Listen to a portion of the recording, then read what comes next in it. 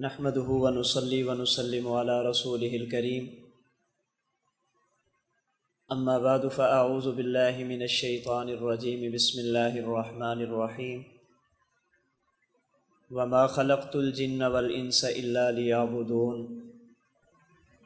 اللهم صل على محمد وعلى آل محمد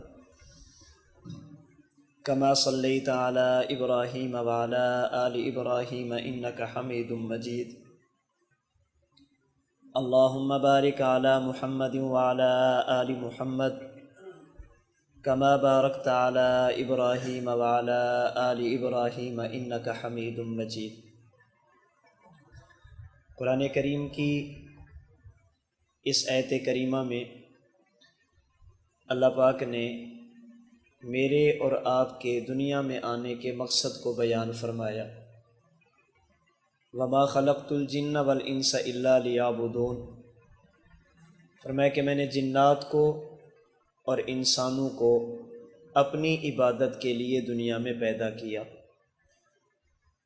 اللہ پاک نے ہم سے پہلے تقریباً 1.25 لاکھ انبیاء کرام علیہم الصلاۃ کی امتوں کو پیدا کیا۔ جس طرح اللہ تعالیٰ نے رسول اکرم صلی اللہ علیہ وسلم کو تمام انبیاء کا امام، تمام انبیاء کا سردار، تمام انبیاء سے افضل بنایا، تو اللہ پاک نے آپ کی امت کو تمام امتوں سے افضل اور بہتر فرمایا۔ اللہ پاک نے اس امت کے ساتھ خصوصی کرم، فضل اور احسان کا معاملہ فرمایا۔ قرآن کریم کی متعدد آیات رحمت دو عالم صلی اللہ علیہ وسلم کے متعدد فرامین سے یہ مضمون معلوم ہوتا ہے کہ اللہ پاک نے اس امت کے ساتھ خصوصی کرم، فضل اور احسان کا معاملہ فرمایا۔ چنانچہ اللہ پاک نے اس امت کو پہلی امتوں کے مقابلہ میں دنیا کی عمر بہت تھوڑی عطا فرمائی ہے۔ ہماری عمر پہلی امتوں کے عمروں کے مقابلے میں بہت کم ہے۔ گزشتہ امتوں کی دنیاوی عمریں 500 سال، 1000 سال، 2000 سال تک چلتی تھی۔ رسول اللہ صلی اللہ علیہ وسلم کی امت کی عمر ان کے مقابلہ میں بہت کم ہے۔ جب ہماری عمر تھوڑی ہے، ہماری عبادت بھی تھوڑی ہوگی، ہماری عمر کم ہے، اعمال بھی کم ہوں گے۔ اللہ پاک نے کرم، فضل اور احسان فرمایا کہ ہمیں دنیا کی عمر تو بہت تھوڑی دی ہے، لیکن ہمیں چند ایسے اوقات عطا فرمائے، چند ایسے لمحات عطا فرمائے کہ اگر ہم ان میں صحیح معنی میں عبادت کریں تو تھوڑے وقت میں اللہ پاک زیادہ اجر اور ثواب عطا فرما دیتے ہیں۔ تھوڑے سے وقت میں تھوڑی عبادت پر اللہ اجر بے شمار دیتے ہیں۔ اللہ نے جو اس امت کو اوقات عطا فرمائے، ان اوقات میں ایک وقت چند دنوں کے بعد شروع ہونے والا ماہ مبارک رمضان المبارک ہے۔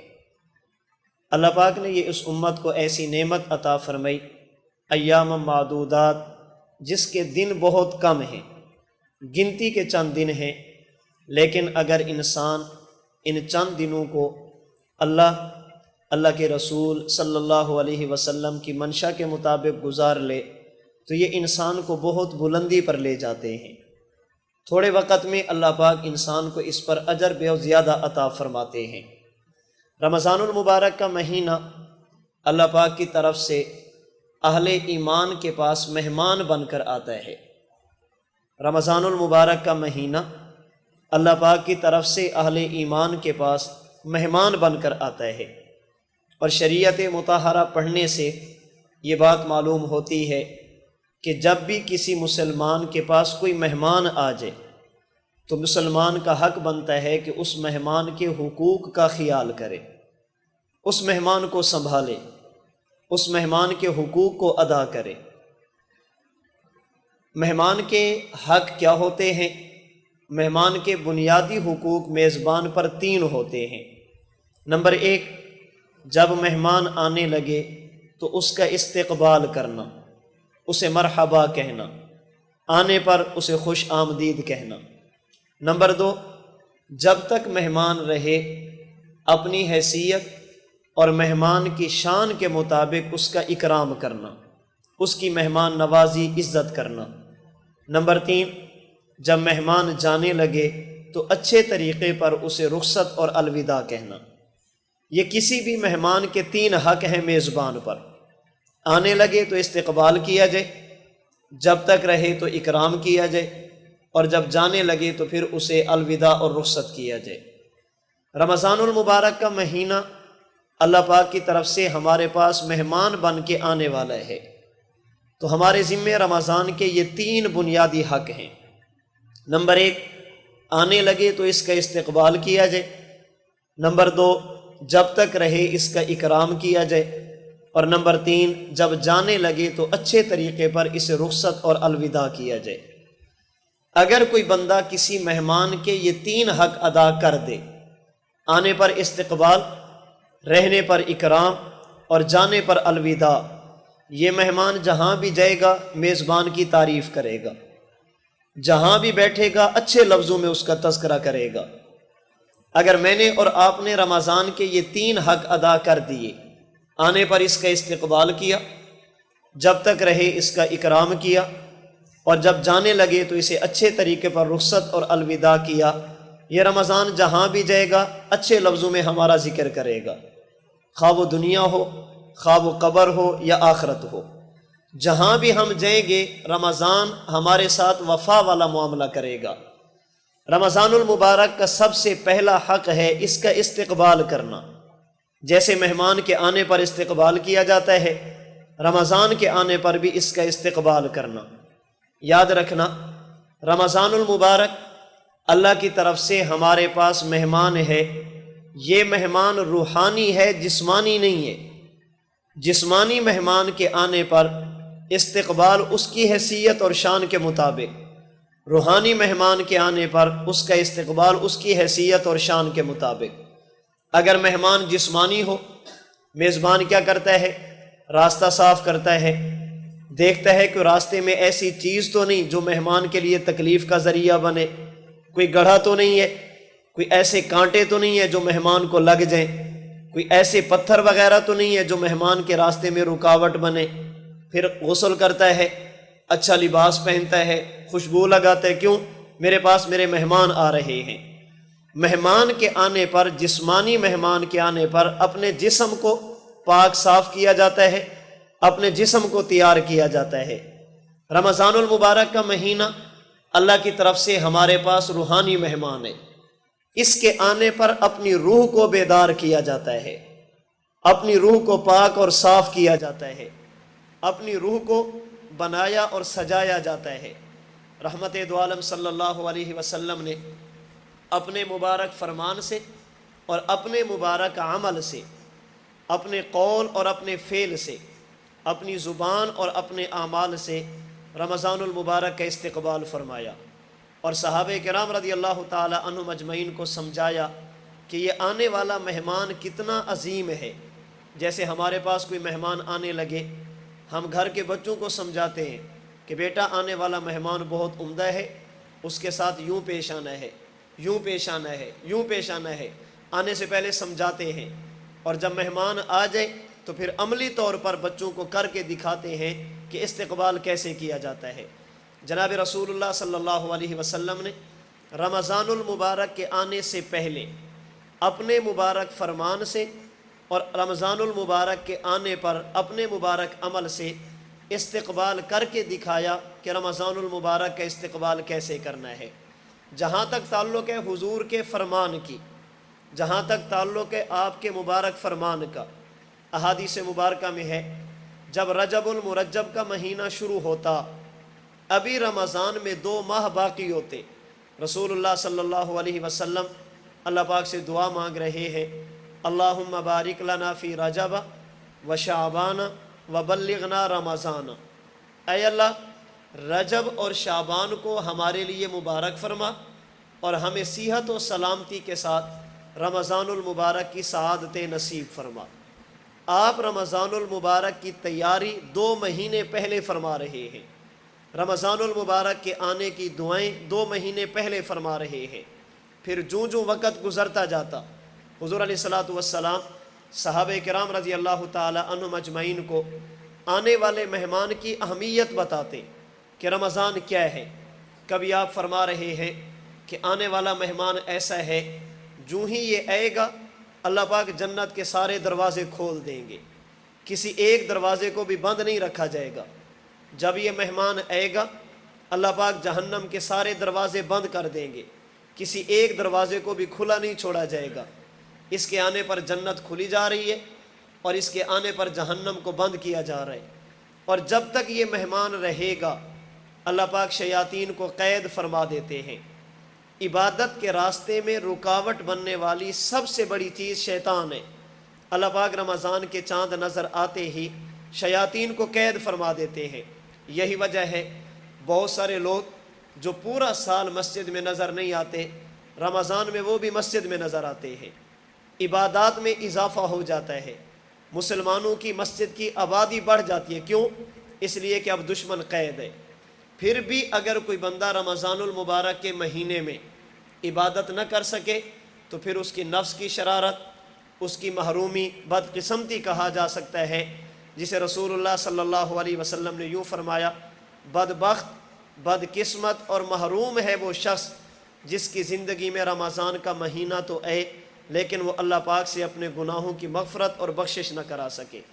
پھر رسول اللہ صلی اللہ علیہ وسلم نے فرمایا جب رمضان المبارک قریب آتا ہے، شروع ہونے لگتا ہے، اللہ کی طرف سے فرشتہ آواز دیتا ہے: اے خیر کے طالب آگے بڑھ اور خیر کو کر گزر، شر کی طرف جانے والے ٹھہر جا، یہ مہینہ تو اللہ کی نافرمانی چھوڑ دے۔ حضور علیہ الصلاۃ والسلام رمضان کی اہمیت بتا رہے ہیں۔ کبھی آپ فرماتے کہ یہ آنے والا مہمان مہینہ ایسا ہے، اگر کوئی بندہ اس میں دن کا روزہ رکھے گا اللہ پاک اسے نعمتیں عطا فرمائیں گے۔ نعمتیں کیا ہیں؟ جو دعا مانگے گا اللہ قبول فرمائیں گے۔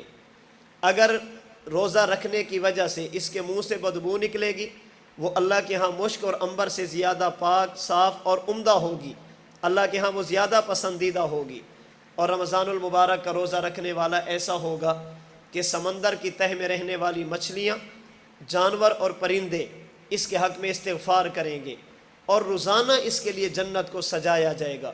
کبھی رسول اللہ صلی اللہ علیہ وسلم فرماتے ہیں: الصوم جنۃ، یہ آنے والا مہمان مہینہ ایسا ہے جو تمہارے لیے ڈھال کی طرح ہے، اگر تم اس ڈھال کو اپنے آپ پر لپیٹ لوگے ہر قسم کے شر سے، فتنے سے، آنے والی مصیبتوں سے محفوظ ہو جاؤ گے۔ کبھی حضور علیہ الصلاۃ والسلام فرما رہے ہیں رمضان المبارک کا روزہ رکھو گے اللہ تمہاری زندگی کے گزشتہ گناہوں کو معاف فرما دیں گے۔ کبھی آپ فرما رہے ہیں اگر رات کی تراویح پڑھو گے اللہ پاک تمہاری زندگی کے گزشتہ گناہوں کو معاف فرما دیں گے۔ کبھی آپ فرما رہے ہیں یہ مہینہ ایسا ہے اگر کوئی بندہ اس سے پہلے 11 مہینوں میں نفل پڑھے اللہ پاک نفل کا اجر دیں گے، اگر کوئی فرض ادا کرے اللہ پاک فرض کا اجر دیں گے۔ لیکن جب رمضان کا مہینہ آئے گا تم نفل پڑھو گے اللہ ثواب فرض کا دیں گے، اگر فرض 1 ادا کرو گے تو اللہ ثواب 70 کا عطا فرمائیں گے۔ کبھی حضور اس کی اہمیت بتا رہے ہیں کہ یہ ماہ مبارک ایسا ہے اگر کوئی بندہ اس مہینے میں اپنے حلال کی کمائی سے کسی روزے دار کا 1 روزہ افطار کروائے گا اللہ پاک اس کے گناہوں کو معاف فرما دیں گے، اسے جہنم سے آزاد فرما دیں گے، اور جتنا اجر و ثواب اللہ روزے رکھنے والے کو دیں گے اتنا اجر و ثواب اللہ افطار کرانے والے کو بھی دیں گے۔ صحابہ عرض کرتے ہیں یا رسول اللہ ہم میں سے ہر بندے کے پاس اتنی گنجائش نہیں کہ وہ روزے دار کا روزہ افطار کرا سکے۔ آپ نے فرمایا اس کا مطلب یہ نہیں کسی کو پیٹ بھر کے کھلا دو، پیٹ بھر کے پلا دو، اگر تمہارے پاس اتنی گنجائش ہے کہ کسی کو کھجور کا 1 دانہ دے سکتے ہو، پانی کا 1 گھونٹ دے سکتے ہو، لسی کا 1 گھونٹ دے سکتے ہو، اپنی حیثیت کے مطابق 1 کھجور، پانی کا 1 گھونٹ، دودھ کا 1 قطرہ تم دو گے اللہ پاک جو 3 اجر اور ثواب، گناہوں کی بخشش، جہنم سے آزادی اور مکمل روزے کا اجر جیسے مالداروں کو عطا فرمائیں گے اللہ پاک تم غرباء کو بھی مکمل اجر و ثواب عطا فرما دیں گے۔ یہ رسول اللہ صلی اللہ علیہ وسلم رمضان المبارک کے آنے سے پہلے اس کا استقبال فرما رہے ہیں۔ اور اگر بات کی جائے عمل کی، حضور علیہ الصلوۃ والسلام رمضان المبارک کے استقبال فرماتے۔ احادیث مبارکہ کے مطابق حضور علیہ الصلوۃ والسلام شعبان المعظم کے مہینے میں رمضان المبارک سے پہلے کثرت کے ساتھ روزے رکھتے تھے، کثرت کے ساتھ روزے رکھتے تھے تاکہ اپنے آپ کو رمضان کے لیے تیار کیا جا سکے۔ آپ رات کو اٹھتے اور رات کا قیام فرماتے، رات کی عبادت فرماتے۔ تو رمضان المبارک کا سب سے پہلا حق اس کا استقبال کرنا، اپنی روح کو بیدار کرنا، اس کے آنے سے پہلے اپنی عبادات میں اضافہ کرنا۔ پھر جس طرح میں نے گزارش کی ہے، مہمان کے آنے پر صرف اپنے آپ کو بنایا اور سجایا نہیں جاتا، صرف راستے میں چونے نہیں بچھائے جاتے، یہ بھی دیکھا جاتا ہے کہ راستے میں کوئی رکاوٹ تو نہیں ہے، ایسی چیز تو نہیں ہے جس کی وجہ سے مہمان کو آنے میں تکلیف ہو، کوئی ایسا مسئلہ تو نہیں ہے کہ مہمان آئے اور اس رکاوٹ کی وجہ سے واپس چلا جائے یا ہمارے پاس آئے لیکن جو رحمتیں اور برکتیں ہم سمیٹنا چاہتے ہیں وہ حاصل نہ ہوں۔ سمجھدار میزبان وہ ہے جو مہمان کے راستے کی رکاوٹوں کو ختم کرتا ہے تاکہ اسے تکلیف نہ ہو، وہ ہمارے پاس آرام کے ساتھ ہے اور ہمیں زیادہ سے زیادہ فائدہ ہو۔ رمضان المبارک اللہ کی طرف سے ہمارے لیے مہمان، ہم نے عبادات کا اہتمام بھی کرنا ہے اور اس کے ساتھ ساتھ اپنے آپ کو ان چیزوں سے بچانا ہے جو رمضان المبارک کے آنے میں رکاوٹ بنتی ہے، رحمتوں کے راستے میں رکاوٹ بنتی ہیں، جن کی وجہ سے انسان اللہ کی طرف سے رحمتوں سے محروم رہتا ہے۔ وہ رکاوٹیں کیا ہیں؟ سب سے پہلی رکاوٹ جو رحمتوں کے نزول میں رکاوٹ بنتی ہے وہ ہے بدعقیدگی، عقیدے کے اندر گمراہ ہو جانا۔ یہ بدعقیدگی ایسی چیز ہے جو انسان کو رحمت خداوندی سے محروم کر دیتی ہے۔ جیسے اللہ پاک نے قرآن کریم کے 8ویں پارے میں فرمایا، لا تفتح لهم ابواب السماء، بدعقیدہ شخص کے اعمال اللہ پاک آسمان سے اوپر نہیں جانے دیتے، وہاں سے گندے کپڑے میں لپیٹ کر اس کے منہ پر مار دیا جاتا ہے۔ تو سب سے بڑی رکاوٹ بدعقید کی، اپنے عقائد کی اصلاح کرنا، اپنے عقائد کو درست کرنا۔ اگر کسی بندے کا عقیدہ ٹھیک نہیں، رمضان المبارک اگرچہ اس کے پاس آ جائے، وہ عبادات بھی کرتا رہے، اپنے آپ کو محنت اور مشقت میں بھی مبتلا کرے، لیکن رمضان المبارک کی برکات اور رحمتیں اس کو نصیب نہیں ہوں گی۔ اس کے ساتھ ساتھ اپنے آپ کو ان تمام چیزوں سے پاک اور صاف رکھنا جو رمضان المبارک کے راستے میں رحمت اور برکات میں رکاوٹ بنتی ہیں۔ ان میں بعض چیزیں ایسی ہیں جن کا تعلق انسان کے جسم کے ساتھ ہے، جسے ظاہری گناہ کہا جاتا ہے۔ اپنے آپ کو ان گناہوں سے بچانا اور رمضان المبارک کے آنے سے پہلے توبہ اور استغفار کرنا، گزشتہ گناہوں پر ندامت، آئندہ گناہ نہ کرنے کا عزم کرنا، اور رمضان المبارک کے آنے سے پہلے بیٹھ کر حساب لگانا، میرے ذمے نمازیں تو نہیں ہیں، میرے ذمے روزے تو نہیں ہیں، میرے ذمے زکوٰۃ تو نہیں ہے، میرے ذمے اللہ کے حقوق تو نہیں ہیں۔ اللہ پاک کے وہ حقوق جن کی قضا ہو سکتی ہے، رمضان المبارک کے آنے سے پہلے ان کی ادائیگی کی کوشش کرنا۔ اگر نہیں ہو سکتی تو ارادہ کرنا، اے اللہ آپ جب توفیق دیں گے میں نے ان چیزوں کو ادا کرنا ہے۔ نمازوں کا حساب لگیں، نمازوں کا حساب لگیں کہ میرے ذمے نمازیں کتنی رہتی ہیں، 1 سال کی، 2 سال کی، پھر اللہ کا نام لیں اور نمازوں کو ادا کرنا شروع کریں۔ ایک نماز کے ساتھ ایک بھی پڑھتے جائیں، 2 پڑھتے جائیں، 3 پڑھتے جائیں، انشاءاللہ کچھ عرصہ لگے گا، آپ کے ذمے جو نمازیں رہ گئی تھی وہ آپ کے ذمہ سے ساقط ہو جائیں گی۔ یہاں پر میں ایک مسئلہ واضح طور پر عرض کرتا چلوں، بعض لوگوں کو غلط فہمی ہوتی ہے کہ اگر کوئی بندہ جان بوجھ کر نماز چھوڑ دے اس کی قضا کی ضرورت نہیں ہے، اس کی قضا کی ضرورت نہیں ہے، توبہ اور استغفار کرے۔ یہ بات بالکل غلط ہے۔ جس طرح بھول کر نماز رہ جائے اس کی قضا ضروری، اگر کوئی بندہ سو جائے اور نماز رہ جائے اس کی قضا ضروری، اگر کوئی بندہ جان بوجھ کر نماز چھوڑ دے تو اس کی قضا بھی ضروری ہوگی۔ بعض لوگوں کو غلط فہمی ہوتی ہے، ایک بندے کے ذمے 50 سال کی نمازیں رہ گئی، اب وہ کیسے قضا کرے گا؟ ہم کہتے ہیں قرآن کریم احادیث مبارکہ پڑھنے سے ایک مسئلہ معلوم ہوتا ہے کہ کہ اگر کوئی بندہ اخلاص کے ساتھ نیت درست کرنے کے بعد کسی عمل کو شروع کر دے لیکن اسے مکمل نہ کر سکے، پہلے دنیا سے چلا جائے، اللہ پاک اسے عمل کا اجر اور ثواب عطا فرما دیں گے۔ اخلاص کے ساتھ عمل کو شروع کر دے، للہیت کے ساتھ عمل کو شروع کر دے۔ ایک بندے کی نیت یہ ہے کہ میں نے یہ کام کرنا ہے، اب اگر زندگی نے وفا نہ کی، تھوڑا سا کام کیا، دنیا سے چلا گیا، اللہ پاک قیامت کے دن اجر و ثواب عطا فرما دیں گے۔ قرآن کریم کے 5ویں پارے میں ہے، اللہ پاک نے حکم دیا کہ وہ لوگ جو رسول اللہ صلی اللہ علیہ وسلم کا کلمہ پڑھ چکے ہیں ان کے لیے ضروری ہے کہ مکہ سے مدینہ کی طرف ہجرت کریں۔ ایک صحابی بیمار ہیں، اپنے گھر والوں سے فرمایا میری چارپائی کو اٹھاؤ اور مجھے مدینہ کی طرف لے کر چلو، میں نے حضور کی خدمت میں جانا ہے۔ وہ رسا نے چارپائی کو اٹھایا، گھر سے باہر نکالا، ابھی تھوڑا سا سفر کیا تھا، اسرائیل ملک الموت آئے اور ان کی روح کو قبض کیا، وہ دنیا سے چلے گئے۔ اس پر بعض لوگوں نے باتیں کی کہ اسے تو ہجرت کا ثواب نہیں ملے گا، اسے تو ثواب نہیں ملے گا، یہ تو مدینہ پہنچا ہی نہیں ہے۔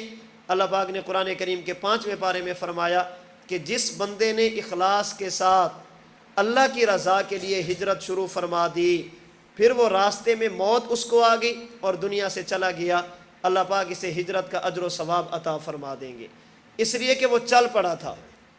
مشہور واقعہ ہے، مسلم شریف حدیث مبارک کی کتاب میں مذکور ہے، بنی اسرائیل میں ایک شخص جس نے 100 بندوں کو قتل کیا،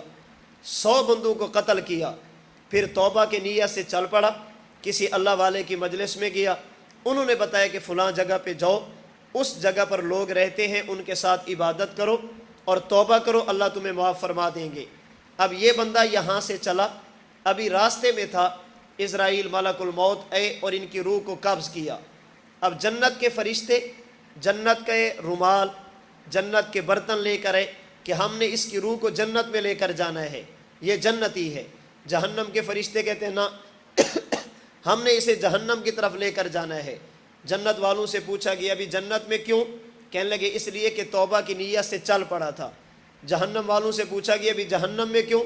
کہنے لگے اس لیے کہ ابھی تک اس نے توبہ کی نہیں تھی، ابھی تک اپنی منزل پہ پہنچا نہیں تھا۔ اللہ پاک نے فرشتہ بھیجا، انہوں نے آ کر فیصلہ فرمایا یوں کرو کہ جس جگہ سے یہ چلا تھا اور جس جگہ پر جا رہا تھا، اس ساری زمین کی پیمائش کرو، اس زمین کی پیمائش کرو، اگر اس نے جو سفر طے کر لیا وہ زیادہ، جو رہ گیا تھا وہ کم، تو جنت والے فرشتے لے جائیں، اور اگر جو سفر طے کیا تھا وہ تھوڑا، جو رہ گیا ہے وہ زیادہ، تو جہنم والے فرشتے لے جائیں۔ حدیث مبارک میں ہے جو سفر اس نے طے کیا تھا وہ تھوڑا تھا، جو رہتا تھا وہ زیادہ تھا، عدل و انصاف کے مطابق اس بندے کو جہنم کے فرشتے لے کر جاتے، لیکن اللہ پاک نے زمین کو حکم دیا جو سفر طے کیا تھا وہ پھیل گئی اور جو سفر رہتا تھا وہ سمٹ گئی۔ جب ملائکہ نے پیمائش کی تو جو سفر طے کیا تھا وہ زیادہ نکلا، جو رہتا تھا وہ کم نکلا۔ اللہ پاک نے اس کی مغفرت کا فیصلہ فرما دیا۔ کیوں؟ اس لیے کہ وہ نیت ٹھیک کر کے چل پڑا تھا۔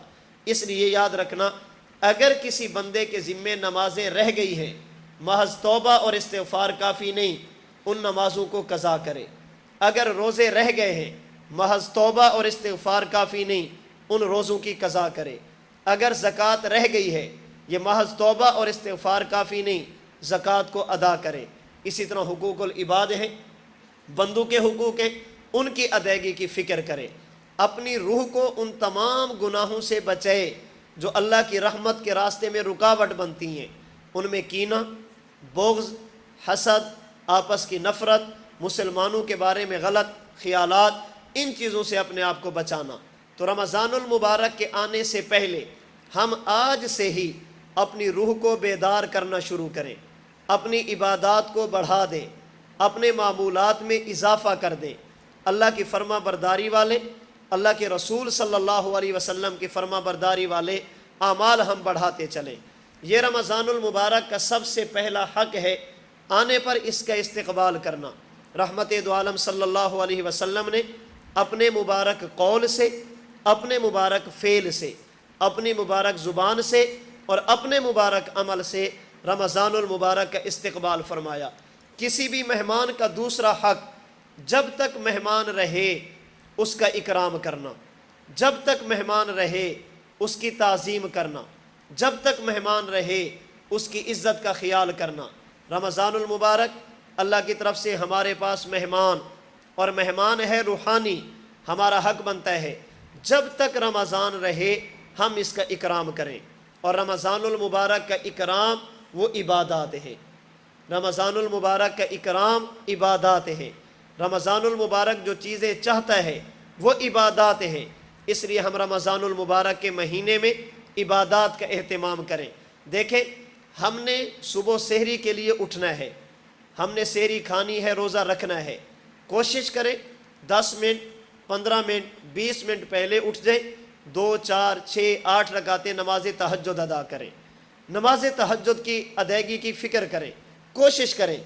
اگر میں اور آپ رمضان المبارک کے مہینے میں بھی نماز تہجد نہ پڑھ سکیں، پھر ہمیں بیٹھ کر سوچنا چاہیے کہیں اللہ پاک ہم سے ناراض تو نہیں ہے۔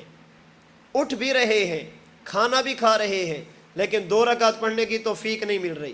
ابھی کچھ دن پہلے حضرت استاد محترم ہمارے پیر و مرشد متکلم اسلام مولانا محمد الیاس گمن صاحب دامت برکاتہم العالیہ ہمیں یہی باتیں فرما رہے تھے کہ بیٹا دیکھو، رمضان المبارک کا مہینہ قریب ہے، اس میں عبادات کرو، قرآن کریم کی تلاوت کرو، ذکر اذکار کرو، توبہ استغفار کرو۔ یہ مہینہ اپنے آپ کو تھکانے کا ہے، یہ مہینہ عبادت کا ہے، زیادہ سے زیادہ عبادت کرو۔ پھر فرمانے لگے کہ رمضان المبارک کا مہینہ ہو، یہ گزر جائے اور ہمیں قرآن کریم کی تلاوت کی توفیق نہ ملے، ذکر اذکار کی توفیق نہ ملے، پھر بیٹھ کر بندے کو رونا چاہیے، اللہ مجھ سے ناراض ہے، اللہ رمضان میں بھی قرآن کی تلاوت کی توفیق نہیں دے رہے۔ اس پر بندہ یہ نہ کہے کہ میرا کمال ہے میں نہیں کر رہا، اس پر بندے کو سوچنا چاہیے کہ یہ اللہ پاک کی ناراضگی ہے، اللہ پاک مجھ سے ناراض ہے جو اللہ پاک اس مہینے میں بھی مجھے عبادت کی توفیق نہیں دے رہے۔ مشہور واقعہ شاید آپ نے سنا ہو کہ ایک باندی تھی، اس کے بارے میں مشہور تھا کہ یہ پاگل ہے، بے وقوف ہے، کوئی بندہ اس کو خریدتا نہیں تھا۔ ایک اللہ والا گیا، وہ خرید کر لے آیا کہ چلے میری کچھ نہ کچھ خدمت کرے گی۔ جب رات ہوئی تو اللہ والا وہ سو گئے بزرگ، باندی نے مصلی بچھایا، جے نماز بچھی اور عبادت شروع کر دی۔ عبادت کرنے کے بعد اس باندی نے اللہ سے ایک دعا کی، اے اللہ تجھے واسطہ اس محبت کا جو آپ مجھ سے فرماتے ہیں، اللہ میرے گناہوں کو معاف کر دے۔ اے اللہ تجھے واسطہ اس محبت کا جو آپ مجھ سے فرماتے ہیں، میرے گناہوں کو معاف کر دے۔ اللہ والے نے سنا تو اسے ڈانٹا، کہا دعا یوں نہیں کرتے، دعا یوں کرتے ہیں، اے اللہ جو میں آپ سے محبت کرتی ہوں نا، اس محبت کے واسطے سے مجھے معاف کر دے۔ تو کہہ رہی ہے اللہ جو آپ مجھ سے محبت کرتے ہیں اس کے واسطے سے مجھے معاف کر دے، تیرے پاس کیا گارنٹی ہے؟ تجھے کیسے پتہ چلا کہ اللہ تجھ سے پیار کرتے ہیں؟ اس باندی نے عجیب جواب دیا، فرمانے لگی میرے آقا، میرے مولا، اگر میرا اللہ مجھ سے محبت نہ کرتا آپ کو سلا کر کبھی مجھے سجدہ کرنے کی توفیق نہ دیتا۔ اللہ کا سجدے کی توفیق دینا اس بات کی دلیل ہے کہ اللہ مجھ سے پیار کرتے ہیں۔ اگر مجھ سے محبت نہ ہوتی رات کے اس پہر میں اللہ مجھے سجدے کی توفیق نہ دیتے۔ تو رمضان المبارک کے مہینے میں نماز تہجد کی فکر کریں، نماز تہجد کا اہتمام کریں۔ قرآن کریم میں ہے ان ناشئۃ اللیل ہی اشد وطئا واقوم قیلا۔ نماز تہجد ایک ایسی نماز ہے جس کی وجہ سے انسان اپنی خواہشات پر کنٹرول کر سکتا ہے، خواہشات اس کی وجہ سے دب جاتی ہیں، اور یہ وقت ایسا ہوتا ہے جس میں انسان اللہ سے راز و نیاز کی باتیں کر سکتا ہے، راز و نیاز کی باتیں کر سکتا ہے۔ اور حدیث مبارک میں ہے آپ علیہ الصلوۃ والسلام نے فرمایا جو لوگ نماز تہجد ادا کرتے ہیں اور بھی اعمال ہیں، ان میں سے ایک عمل نماز تہجد، فرمایا قیامت کا دن ہوگا اللہ انہیں جنت میں ایسے محل عطا فرمائیں گے، اگر وہ باہر ہوں گے اندر کی چیزیں نظر آئیں گی، اور اگر محل کے اندر جائیں گے تو اللہ باہر کی چیزیں بھی ان کو دکھا دیں گے۔ نماز تہجد کا اہتمام کریں، سحری کھائیں، اس کے بعد نماز فجر کی ادائیگی کی کوشش کریں، با جماعت نماز فجر ادا کریں۔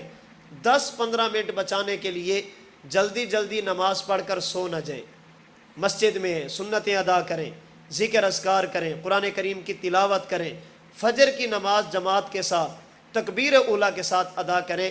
رمضان المبارک کے مہینے میں عموماً ہم نماز فجر اور نماز مغرب میں غفلت کرتے ہیں، ہماری فجر سحری کی وجہ سے چلی جاتی ہے اور ہماری مغرب یہ افطاری کی وجہ سے چلی جاتی ہے۔ فجر کی نماز بھی جماعت کے ساتھ نہیں پڑھتے اور مغرب کی نماز بھی جماعت کے ساتھ نہیں پڑھتے۔ کم از کم رمضان کا مہینہ تو ہم نماز یہ 5 وقت ادا کریں، جماعت کے ساتھ ادا کریں، تکبیر اولیٰ کے ساتھ ادا کریں، اور رمضان المبارک میں کوشش کریں قرآن کریم کی تلاوت کرنے کی، قرآن کریم کی تلاوت کا اہتمام فرمائیں۔ یہ رمضان شہر رمضان الذی انزل فیہ القرآن، یہ قرآن کے نزول کا مہینہ ہے، اللہ نے اس میں قرآن کریم کو نازل فرمایا، اس لیے اس ماہ مبارک میں زیادہ سے زیادہ قرآن کریم کی تلاوت کا اہتمام کریں۔ اگر زیادہ نہیں کر سکتے تو کوشش کریں پورے رمضان میں 1 مرتبہ قرآن کریم مکمل کریں، اور 4 صورتیں ایسی ہیں جن کو کبھی نہ چھوڑیں۔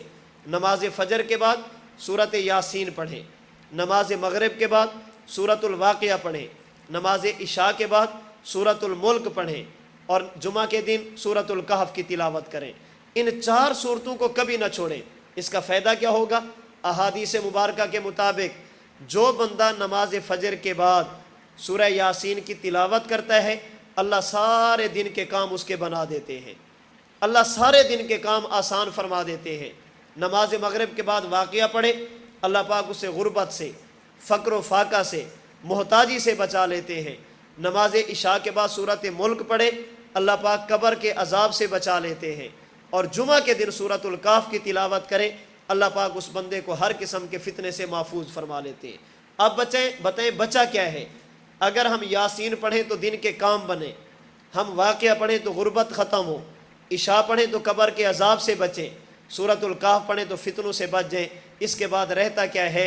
اللہ کے نبی نے ان 4 صورتوں کی وجہ سے ہماری دنیا کے معاملات بھی حل فرما دیے، اللہ کے نبی نے قبر کے معاملات بھی حل فرما دیے، اور حضور نے آخرت کے معاملات بھی حل فرما دیے۔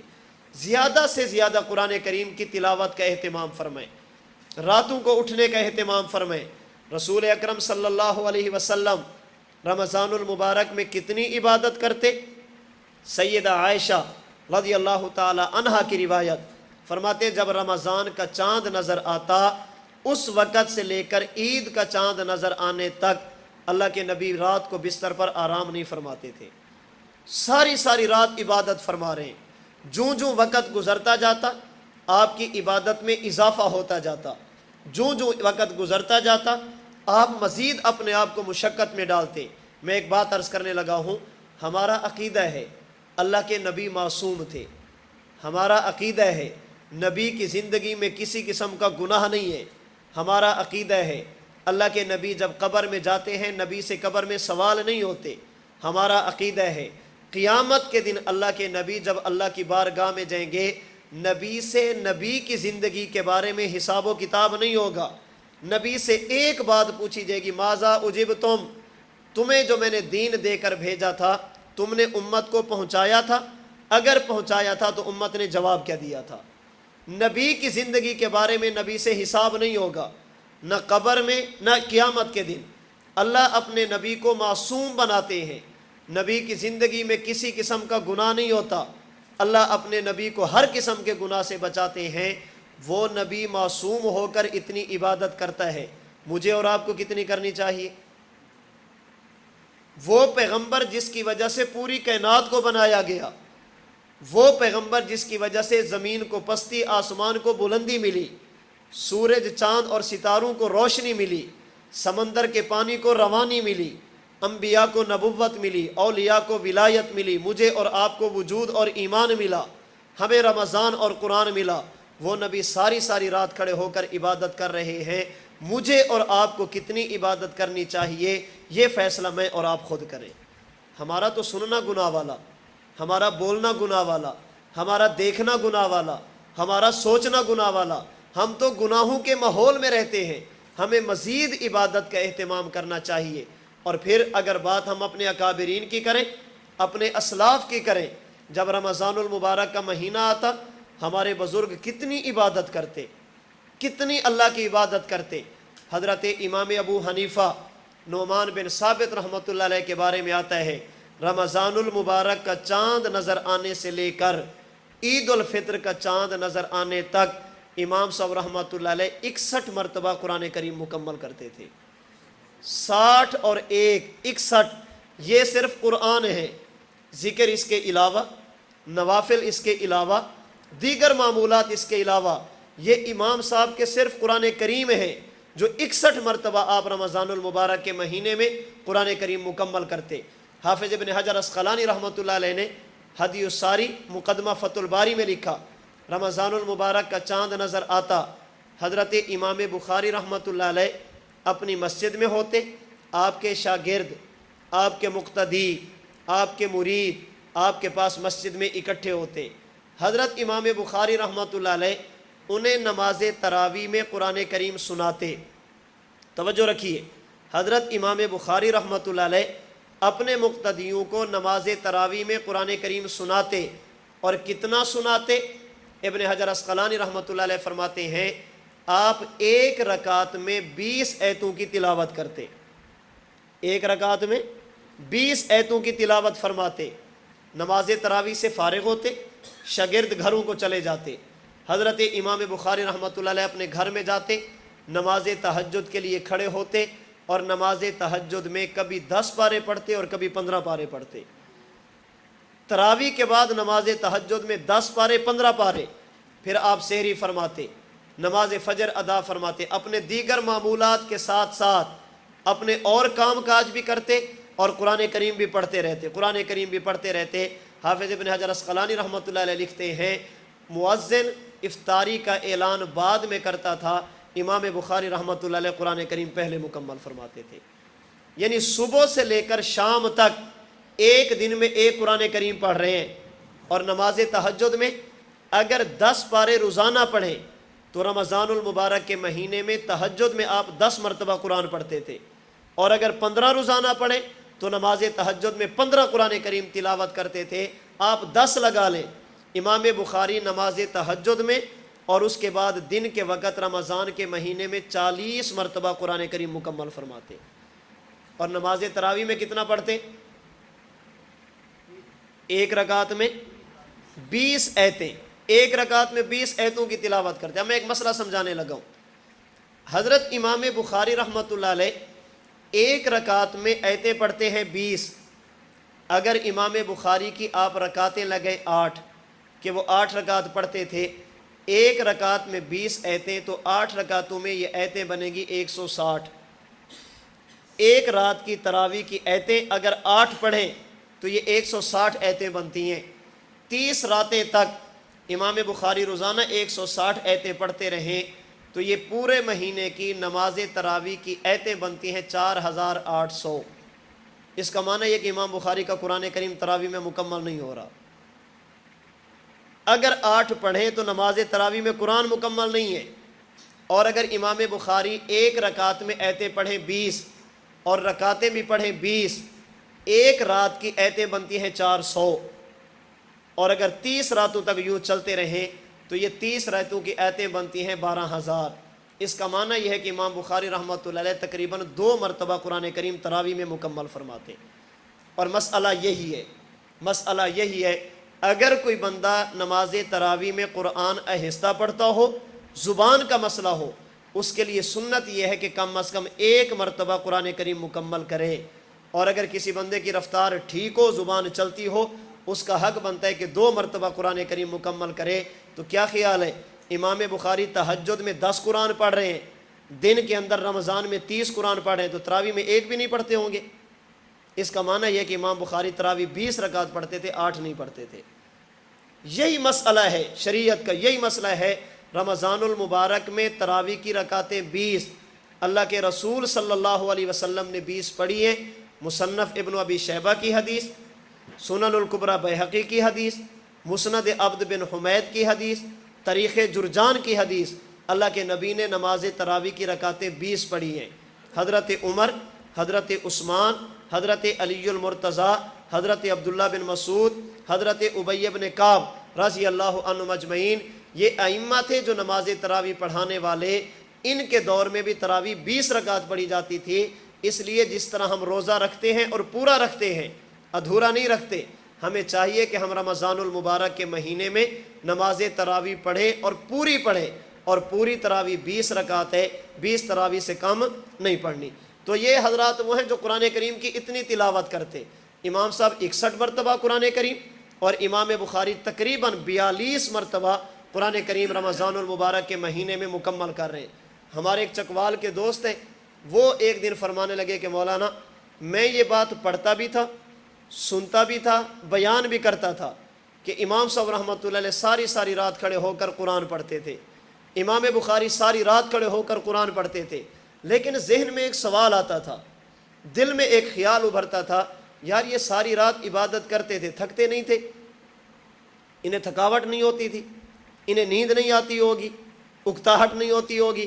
فرماتے ایک دن میں عشاء کی نماز پڑھا کے نکلا مسجد سے, گھر جانے لگا تو میں نے اپنی مسجد کے قریب گلی اور کونے میں ایک بندے کو دیکھا جو اپنا موبائل فون اپنے کان سے لگا کر کسی سے بات کر رہا تھا. میں گھر چلا گیا, فجر کی نماز پڑھانے کے لیے میں مسجد آنے لگا تو میں نے دیکھا وہی جگہ, وہی نوجوان اسی حالت میں موبائل فون کان پہ کسی سے بات کر رہے.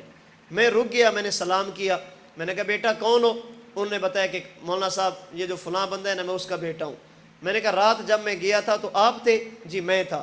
ابھی دوبارہ آئے ہو یا اسی وقت کے بیٹھے ہو؟ انہوں نے کہا نہیں مولانا صاحب میں اسی وقت کا بیٹھا ہوں. میں نے کہا بیٹا ساری رات گزر گئی, تم تھکے نہیں؟ کہنے لگے کہ آج کافی عرصے بعد میرے دوست کا فون آیا ہے, اور مولانا صاحب آپ کو تو پتہ ہے جب دوست مل جائیں تو تھکاوٹیں ختم ہو جاتی ہیں, جب دوست سے رابطہ ہو جائے پھر تھکاوٹیں اور نیندیں ختم ہو جاتی ہیں. فرماتے میرے دل نے اس بات کو قبول کیا, مجھے بات سمجھ آ گئی, آج کا نوجوان اگر ساری رات اس موبائل کو استعمال کرے اسے تھکاوٹ کا احساس نہیں ہوتا. امام ابو حنیفہ ساری رات قرآن پڑھتے تھے تو انہیں بھی تھکاوٹ کا احساس نہیں ہوتا تھا. کیوں؟ اس لیے کہ ہمیں یہ محبوب, انہیں قرآن محبوب, ہم نے اسے دوست بنایا, انہوں نے اللہ کو دوست بنایا. اور مسئلہ یہ ہے, اصول یہ ہے, جب پسند کی چیزیں مل جائے نا پھر باتیں کرنے کا دل کرتا ہے, جب محبوب مل جائے پھر تھکاوٹیں ختم ہو جاتی ہیں.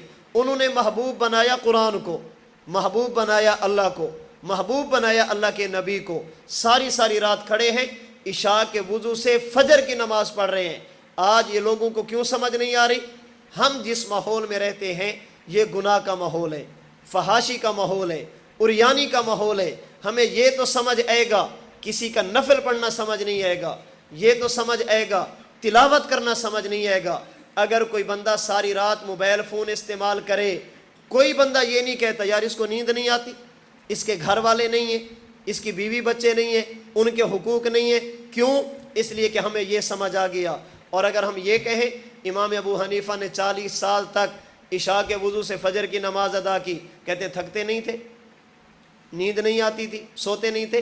بابا جب بندے کو پسند کی چیزیں مل جائیں پھر تھکاوٹیں ختم ہو جاتی ہیں, نیندیں ختم ہو جاتی ہیں. امام صاحب رحمۃ اللہ علیہ کو قرآن سے پیار, امام بخاری کو قرآن سے پیار, اللہ اور اللہ کے رسول سے پیار تھا. وہ ساری رات کھڑے ہو کر بھی عبادت کرتے تھے, انہیں تھکاوٹ کا احساس نہیں ہوتا تھا. تو ہم رمضان المبارک کا اکرام کریں, قرآن کریم کی تلاوت کریں, رسول اکرم صلی اللہ علیہ وسلم پر درود پاک پڑھیں. بالخصوص اللہ کے رسول صلی اللہ علیہ وسلم نے 4 چیزوں کا حکم دیا, ہم ان پر عمل کرنے کی کوشش کریں. نمبر 1 پہلا کلمہ طیبہ, نمبر 2 استغفار, نمبر 3 اللہ پاک سے جنت کا سوال, اور نمبر 4 جہنم سے پناہ. یہ 4 کام اس مہینے میں کثرت کے ساتھ کرنے ہیں, کثرت کے ساتھ کرنے ہیں.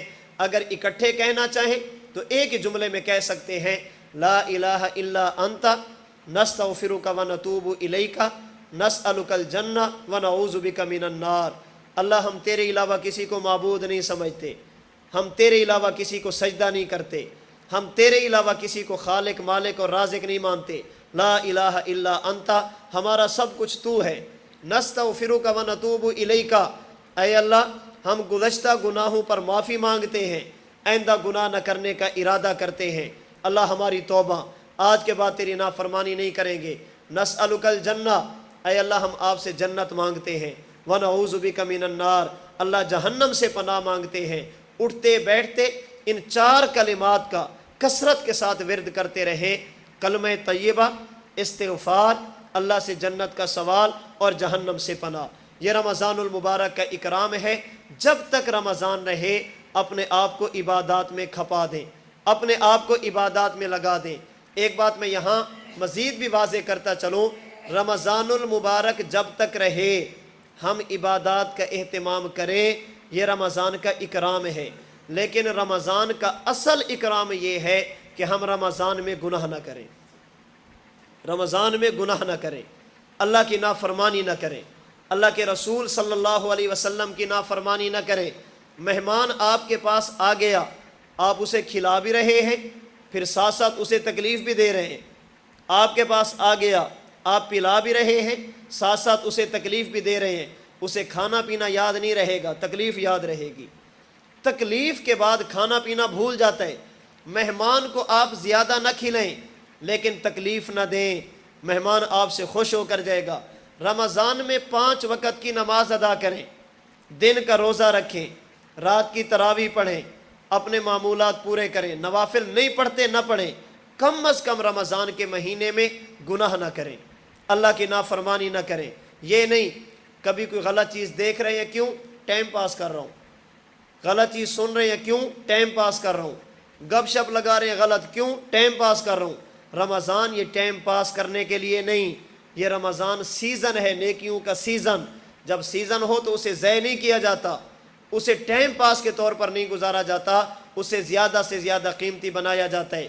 احادیث مبارکہ کے مطابق جو بندہ رمضان المبارک کے مہینے میں روزہ بھی رکھے، رمضان کے مہینے میں تکلیف بھی برداشت کرے، رمضان کے مہینے میں بھوک اور پیاس بھی برداشت کرے، لیکن گناہ کو نہ چھوڑے، اللہ کو اس کی بھوک اور پیاس کی کوئی ضرورت نہیں ہے، بھوک اور پیاس کی کوئی ضرورت نہیں۔ کہتے ایک بزرگ تھے، وہ جا رہے تھے، چلتے چلتے چند نوجوان کھڑے تھے کسی جگہ پر، تو بزرگ نے ان کے قریب جا کر کسی نلکے سے پانی پی لیا۔ تو نوجوانوں نے پوچھ لیا، رمضان کا مہینہ تھا، بابا جی آپ کا روزہ نہیں ہے؟ بابا جی فرمانے لگے میرا روزہ ہے۔ انہوں نے کہا آپ نے تو پانی پیے؟ انہوں نے کہا میرا روزہ ہے، بس صرف کھا اور پی لیتا ہوں، باقی کچھ نہیں کرتا، نہ میں غلط دیکھتا ہوں، نہ میں غلط بولتا ہوں، نہ میں غلط سنتا ہوں، نہ میں غلط سوچتا ہوں، نہ غلط پکڑتا ہوں، نہ غلط چلتا ہوں، گناہ نہیں کرتا، اللہ کی نافرمانی نہیں کرتا، بیمار ہوں، عمر زیادہ ہے، روزہ رکھ نہیں سکتا، بھوک مجھ سے برداشت نہیں ہوتی، میرا روزہ ہے لیکن صرف کھاتا اور پیتا ہوں۔ پھر بزرگ نے نوجوانوں سے پوچھا آپ کا روزہ ہے؟ تو انہوں نے سر جھکا کر کہا کہ بابا جان ہم صرف کھاتے اور پیتے نہیں ہیں، ہمارا روزہ ہے صرف کھاتے اور پیتے نہیں ہیں، غلط دیکھتے بھی ہیں، غلط سنتے بھی ہیں، غلط بولتے بھی ہیں، غلط پکڑتے بھی ہیں، غلطی کی طرف چلتے بھی ہیں، غلط سوچتے بھی ہیں، سب کچھ کرتے ہیں، صرف کھانا اور پینا چھوڑ دیتے ہیں۔ بزرگ فرمانے لگے بیٹا پھر میرا اور آپ کا روزہ تو برابر ہوا، نہ اجر مجھے ملنا ہے نہ اجر تمہیں ملنا ہے۔ میں نے کھانا پینا شروع کیا، گناہ چھوڑے، تم نے کھانا پینا چھوڑے، گناہ شروع کر دیے، نہ اجر تمہیں ملے گا نہ اجر مجھے ملے گا۔ میں ایک بات بڑے درد دل سے آپ کے سامنے رکھتا ہوں، اگر رمضان کا مہینہ ہو، رمضان المبارک کا مہینہ ہو، دن کے 1-2 بجے ہوں، میں اپنے کمرے میں اکیلا بیٹھا ہوں، مجھے پیاس لگی ہے، سخت تکلیف ہو رہی ہے، میرے سامنے پانی پڑا ہے، میں پینا چاہوں تو پی سکتا ہوں، کوئی دیکھنے والا نہیں، کوئی روکنے اور ٹوکنے والا نہیں، لیکن میں کبھی پانی نہیں پیوں گا، کیوں؟ میرا اللہ ناراض ہوگا۔ کبھی پانی نہیں پیوں گا، کیوں؟ میرا روزہ۔ جب میں اللہ کے ڈر کی وجہ سے، اللہ پاک کے حکم کی وجہ سے پانی نہیں پی رہا، تو اللہ پاک کے حکم کی وجہ سے غلط دیکھنا کیوں نہیں چھوڑ رہا؟ اور یہ کھانا پینا حلال ہے، حرام نہیں ہے۔ ہم نے اللہ کے فرمانے پر حرام کو چھوڑ دیا، حلال کو چھوڑ دیا، اللہ کے فرمانے پر حرام کو نہیں چھوڑ رہے، ٹائم پاس کر رہے ہیں جی، کبھی کسی کو دیکھ رہے ہیں، کبھی کسی کو دیکھ رہے ہیں۔ رمضان المبارک کے مہینے میں اپنے آپ کو بچائیے ٹی وی سے، اپنے آپ کو بچائیے ان لوگوں سے جو آپ کے دین کو خراب کریں۔ ہمارے ہاں رمضان ٹرانسمیشن کے نام سے کون کون سی فحاشی نہیں پھیلائی جاتی، جو لوگ پورا سال فحاشی اور عریانی کے درس دیتے ہیں، رمضان میں آ کر ہمیں دین سکھاتے ہیں، ہم بھی بیٹھ کر ان کو سن رہے ہیں۔ ہر بندے کو نہیں سنا جاتا، ہر بندے کو نہیں دیکھا جاتا۔ علماء حق سے اپنے تعلق کو مضبوط رکھیں، رمضان کو گزارے نہیں، رمضان کو بنائیں۔ رمضان کا اصل مزاج یہ ہے انسان گناہ نہ کرے، اللہ کی نافرمانی نہ کرے۔ میں اور آپ فیصلہ کریں، کچھ بھی ہو جائے ہم رمضان میں اللہ کی نافرمانی نہیں کریں گے۔ اللہ کی نافرمانی کی زندگی بھی کوئی زندگی ہوتی ہے؟ بندہ اللہ کو ناراض کر کے جیے، یہ بھی کوئی جینا ہے؟ حضرت جگر مراد آبادی رحمۃ اللہ علیہ بر صغیر کے بہت بڑے شاعر گزرے ہیں، یہ شرابی بھی تھے اور شاعر بھی بلا کے تھے۔ اللہ پاک نے توبہ کی توفیق دی، حکیم الامت حضرت تھانوی کے ہاتھ پر بیعت کی، حضرت تھانوی نے فرمایا گناہ چھوڑ دو، فرمایا وعدہ رہا گناہ چھوڑ دوں گا، داڑھی بھی رکھی، توبہ استغفار بھی کیا، اللہ پاک نے انہیں حج بیت اللہ کی توفیق بھی عطا فرمائی۔ جب انہوں نے توبہ کی، شراب پیتے تھے، گناہ کرتے تھے، توبہ کے بعد انہوں نے شراب چھوڑ دی، جب شراب چھوڑی تو بیمار ہو گئے۔ جگر مراد آبادی کا علاج کرنے کے لیے ڈاکٹر، طبیب، معالج اور حکیم ہے، انہوں نے نبض کو چیک کیا، کہنے لگے جگر اچانک اگر شراب چھوڑو گے تو مر جاؤ گے، شراب تمہاری رگ رگ میں بس چکی ہے، اچانک یکدم نہ چھوڑو، تھوڑی تھوڑی کر کے چھوڑو، پہلے زیادہ پیتے تھے اب تھوڑی پی لو، تھوڑی تھوڑی کر کے چھوڑتے رہو، اگر یکدم چھوڑو گے تو مر جاؤ گے۔ جگر مراد آبادی نے پوچھا اگر میں شراب پیوں تو کتنا عرصہ زندہ رہوں گا؟ انہوں نے کہا آپ کی نبض بتاتی ہے، آپ کا جگر اور معدہ بتاتا ہے، آپ کے اندر کے احوال بتاتے ہیں 5 سال 7 سال 10 سال تک زندہ رہو گے۔ جگر مراد آبادی نے جملہ کہا، اس جملے کو دلوں کی تختیوں پر نوٹ کیجئے۔ فرمانے لگے کہ میں 10 سال تک اللہ کو ناراض کر کے جیوں، اس سے بہتر ہے کہ اللہ کو راضی کروں اور ابھی مر جاؤں، ابھی مر جاؤں، اللہ کو ناراض کر کے 10 سال تک جیوں، یہ زندگی ہے؟ 10 سال تک شراب پی کر جیتا رہوں، یہ زندگی ہے؟ اس سے بہتر ہے کہ ابھی شراب چھوڑوں، ابھی اللہ کو راضی کروں اور مر جاؤں۔ اللہ نے کرم کیا کیا؟ جگر مراد آبادی نے اللہ کے حکم پر حرام کو چھوڑا، اللہ پاک نے انہیں حلال کی نعمتیں عطا فرما دی۔ اگر ڈاکٹروں نے کہا تھا نا بھی مر جائے گا، 5 سال سے زیادہ نہیں رہے گا، اللہ نے 10 سال کی زندگی عطا فرمائی۔ میں اور آپ بھی اللہ سے دعا کریں، اللہ ہم آپ کے فرمانے پر حرام چھوڑ رہے ہیں، اللہ ہمیں حلال کی نعمتیں عطا فرما دے، حلال کی خوشیاں عطا فرما دے۔ تو میں عرض کر رہا تھا کہ رمضان المبارک ہمارے پاس اللہ کا مہمان کا دوسرا حق جب تک رہے اس کا اکرام کرنا۔ رمضان کے اکرام میں 2 چیزیں ہیں، عبادت کرنا اور گناہ سے بچنا۔ عبادت کرنا، گناہ سے بچنا، اللہ کی فرما برداری کرنا اور نافرمانی سے بچنا، یہ رمضان المبارک کا اکرام ہے۔ کسی بھی مہمان کا تیسرا حق جب وہ جانے لگے اسے اچھے طریقے پر رخصت کرنا، الوداع کہنا۔ جب رمضان 29 دن ہمارے پاس رہ کر جانے لگے، ہمارا حق بنتا ہے ہم رمضان کو الوداع کریں، رخصت کریں اور اچھے طریقے پر کریں۔ اس کے جانے پر نوافل کا اہتمام کریں۔ عید رات، چاند رات، عید الفطر کا چاند نظر آنے کے بعد ہماری عبادتیں ختم ہو جاتی ہیں، حالانکہ ہونا تو یہ چاہیے تھا کہ عبادت میں اضافہ ہوتا۔ حدیث مبارک کے مطابق جو بندہ چاند رات عبادت کرے گا، نمبر 1 اللہ پاک اس کی دعاؤں کو قبول فرمائیں گے، اس رات اللہ دعاؤں کو رد نہیں فرماتے۔ نمبر 2 اللہ پاک اس بندے کے دل کو فتنوں سے محفوظ فرمائیں گے، اللہ اس کے دل کو مردہ نہیں ہونے دیں گے۔ یہ چاند رات عبادت کی رات ہے، لیکن ہمارے ہاں ہوتا کیا ہے؟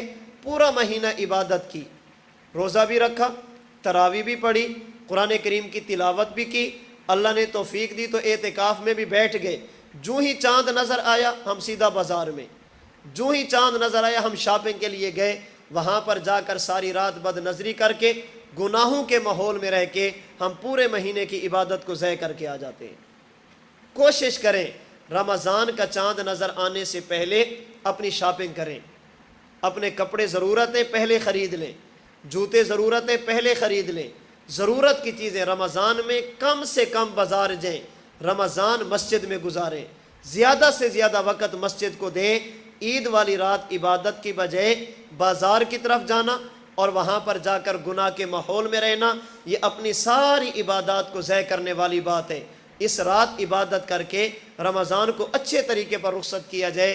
اگر میں نے اور آپ نے رمضان کے ان 3 حقوق کا خیال کیا، آنے پر استقبال کیا، اپنی روح کو بیدار کیا، عبادات کے لیے تیار کیا۔ نمبر 2 جب تک رمضان رہے ہم نے عبادات بھی کی، اپنے آپ کو گناہوں سے بھی بچایا۔ نمبر 3 جب یہ جانے لگے اچھے طریقے پر اسے رخصت کیا تو یہ رمضان جہاں بھی بیٹھے گا اچھے لفظوں میں ہمارا تذکرہ کرے گا، دوبارہ آنے کا دل کرے گا۔ اگر مہمان کا خیال کیا جائے نا تو مہمان کا دل کرتے دوبارہ جاؤں، یہ لوگ بہت اچھے ہیں۔ اگر میں نے اور آپ نے رمضان کے حقوق کو ادا کیا، یہ بار بار ہمارے پاس آئے گا۔ اللہ مجھے اور آپ کو بار بار یہ سعادتیں عطا فرمائیں گے۔ اور اگر مہمان کے حقوق کا خیال نہ کیا جائے، وہ کہتے ہیں چھوڑو یار ان کے پاس نہیں جانا، ان کو تو پتہ نہیں کہ مہمان کیا ہوتا ہے، رمضان پھر ہمارے پاس نہیں آئے گا۔ اگر آئے گا تو رحمتیں اور برکتیں اس سے میں اور آپ محروم ہوں گے۔ احادیث مبارکہ کے مطابق یہ رمضان جو بندہ اس کے ساتھ وفا کرے گا، اس کے یہ 3 حق ادا کرے گا، یہ روزے دار جب قبر میں پہنچے گا، عدالت منکر اور نکیر کی لگے گی، یہ ان کو اس روزے دار کے قریب نہیں آنے دے گا۔ یہ کہے گا اس نے میرے ساتھ وفا کی تھی، اب قبر کے عذاب سے بچانے کی سفارش میں روزہ کروں گا۔ اور جب قیامت کا دن ہوگا، الصیام والقرآن یشفعان یوم القیامہ، فرمایا قیامت کا دن ہوگا، انسان اللہ کی عدالت میں جائے گا، جب والدین اولاد سے الگ، اولاد والدین سے الگ، ہر بندہ اپنے دوست کو چھوڑ رہا ہے، ایک بندہ دوسرے سے الگ ہو رہا ہے، نفسی نفسی کا عالم ہوگا۔ رمضان اور قرآن وہاں پر انسان کا ہاتھ پکڑ کر اللہ کی بارگاہ میں جا کر انسان کے حق میں سفارش کریں گے، اے اللہ آپ نے دنیا میں بھیجا تھا، انہوں نے ہمیں سینے سے لگایا تھا، ہمارا کوئی نہیں تھا، انہوں نے ہم سے وفا کی، آج ان کا کوئی نہیں، ہم ان کے ساتھ وفا کرتے ہیں۔ یہ 2 چیزیں انسان کے حق میں سفارش بھی کریں گی، اور اللہ پاک ان کی سفارش کی وجہ سے مسلمان کی مغفرت کا فیصلہ بھی فرمائیں گے۔ تو میں اور آپ رمضان المبارک کی تیاری کریں، آتے وقت اس کا استقبال، جب تک رہے اکرام، جب جانے لگے اسے رخصت اور الوداع کریں گے۔ یہ رمضان المبارک کے 3 بنیادی حق ہیں جو اللہ کی طرف سے ہمارے پاس مہمان بن کر آ رہا ہے۔ اللہ پاک سے دعا ہے اللہ پاک مجھے اور آپ کو ایمان کے ساتھ، صحت کے ساتھ، سلامتی کے ساتھ، عافیت کے ساتھ رمضان المبارک کی سعادتیں نصیب فرمائے۔ رمضان المبارک جس مقصد کے لیے آ رہا ہے، اللہ پاک مجھے اور آپ کو اس مقصد کو پورا کرنے کی توفیق عطا فرمائے۔ اللہ پاک رمضان کے مہینے کو تقوی کے ساتھ گزارنے کی توفیق عطا فرمائے۔ اللہ پاک مکمل روزہ، مکمل تراویح، مکمل قرآن کریم پڑھنے کی، سننے کی اللہ پاک توفیق عطا فرمائے۔ اللہ پاک اس ماہ مبارک کو میری اور آپ کی بخشش کا ذریعہ بنائے، مغفرت کا ذریعہ بنائے۔ اللہ پاک اس ماہ مبارک کو ہماری نجات کا ذریعہ بنائے۔ اللہ پاک ان باتوں پر مجھے، آپ کو، امت مسلمہ کو عمل کرنے کی توفیق عطا فرمائے۔ وآخر دعوانا ان الحمد للہ رب العالمین۔